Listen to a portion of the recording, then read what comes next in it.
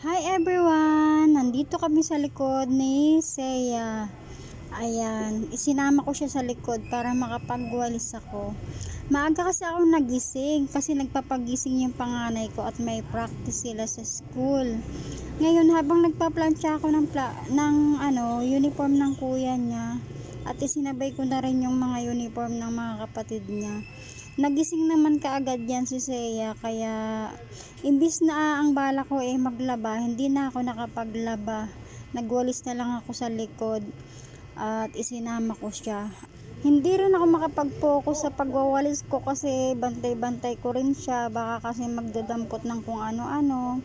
Pero hindi naman siya yung batang mahilig magdampot na tapos isusubo niya. Alam niya yung marumi o ayaw nga niya nang nababasa siya. Yung paa niya masyadong maarte pag naputikan. Ayan, nagpapansin pa nga sa akin na nahulog yung hawak niya tapos ipinadampot niya sa akin. Ayan pa guys, winawalis ko yung mga dahon at isasako ko. Bawal kasing magsiga, baka mausukan yung kapitbahay, charis. Baka maipabarangay tayo. Ay, so yun naman talaga, bawal naman talaga magsiga, kaya isako na lang natin.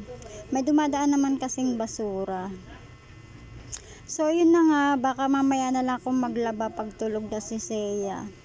Mahirap talaga kasi may maliit ka, laging pahinto-hinto ang mga gawain mo. Dito kasi sa likod namin, bihira ko na lang yan walisan, siguro sa isang linggo 2 beses lang kasi sobrang daming dahon talaga. Sa dami ng gawain, minsan hindi ko na napupukusan. Ayan, hindi ko pa ma-shoot sa sako. Nagliligalig na si Seya, panay ng mama.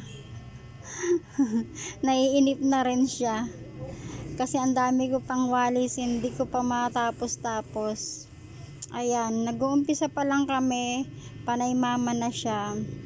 Napansin ko rin guys na panay kamot na niya kasi sa binti niya.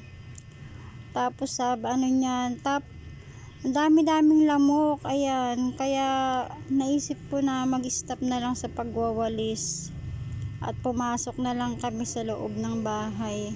Marami pa namang araw ang pagwawalis kaysa naman makagat si Seya ng lamok. Mas maganda pa rin ang safety ng ating mga anak. Nakapagwalis ka nga, nakagat naman yung anak mo ng lamok. Kaya nag-stop na lang ako. Marami pa naman araw ang pagwawalis. So yun lamang po guys. Thanks for watching. Bye!